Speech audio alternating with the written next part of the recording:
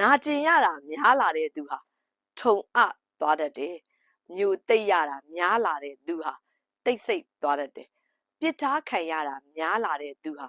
တယောက်တည်းနေတတ်သွားတယ်အထင်လွဲခံရတာတွေများလာတဲ့အခါ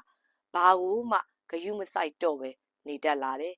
မေတ္တာကိုဈေးနှိမ်ခံရတာများလာတဲ့အခါမှာလေဥပိ္ပခာပြုတတ်လာတယ်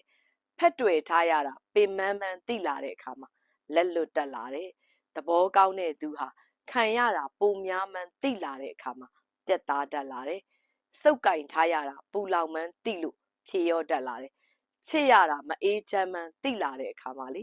မနောင်ဖွဲ့မိအောင်နေထိုင်တတ်လာတယ်